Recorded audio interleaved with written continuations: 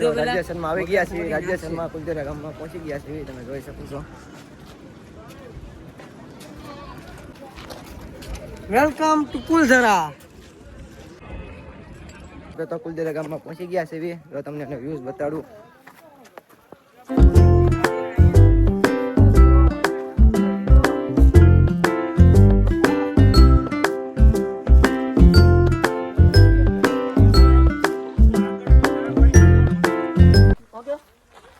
મિત્રો કુલધરાનો ઇતિહાસ આપણે આ ભાઈ પાસે જાણવી.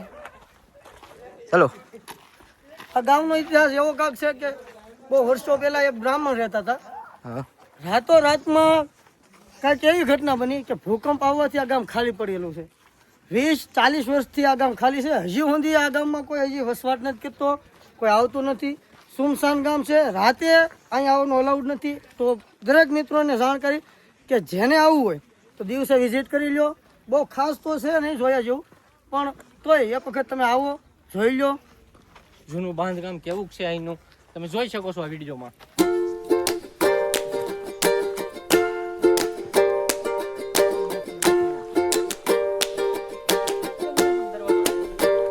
ટુરિસ્ટમાં તમે જોઈ શકો છો કે મોસ્ટ ઓફલી ગુજરાતી વ્યક્તિ આવી રહ્યા છે. દિવાળીના દિવસોમાં વેકેશનમાં અત્યારે તમે જોઈ શકો કેટલું પબ્લિક છે ગુજરાતી. બતાવો.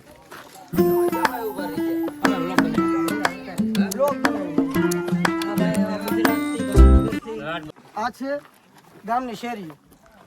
બહુ જૂના વખતમાં આવી શેરીઓ હતી. વાહન વગેરે તો હતા નહીં, એટલે અહીં નાની નાની શેરીઓ હતી. માણાના મકાન હતા. આખા ગામમાં એક જાણવા જેવી વાત એ મળી કે આખા ગામમાં ક્યાંય દરવાજો નથી, બાવણું છે જ નહીં. ખાલી બસ દરવાજા ખાલી ગોઠવેલા છે, બાકી બધું પાણા પાણા ને પાણા જ છે. હું તમને દેખાડી દઉં તોય તે મકાન.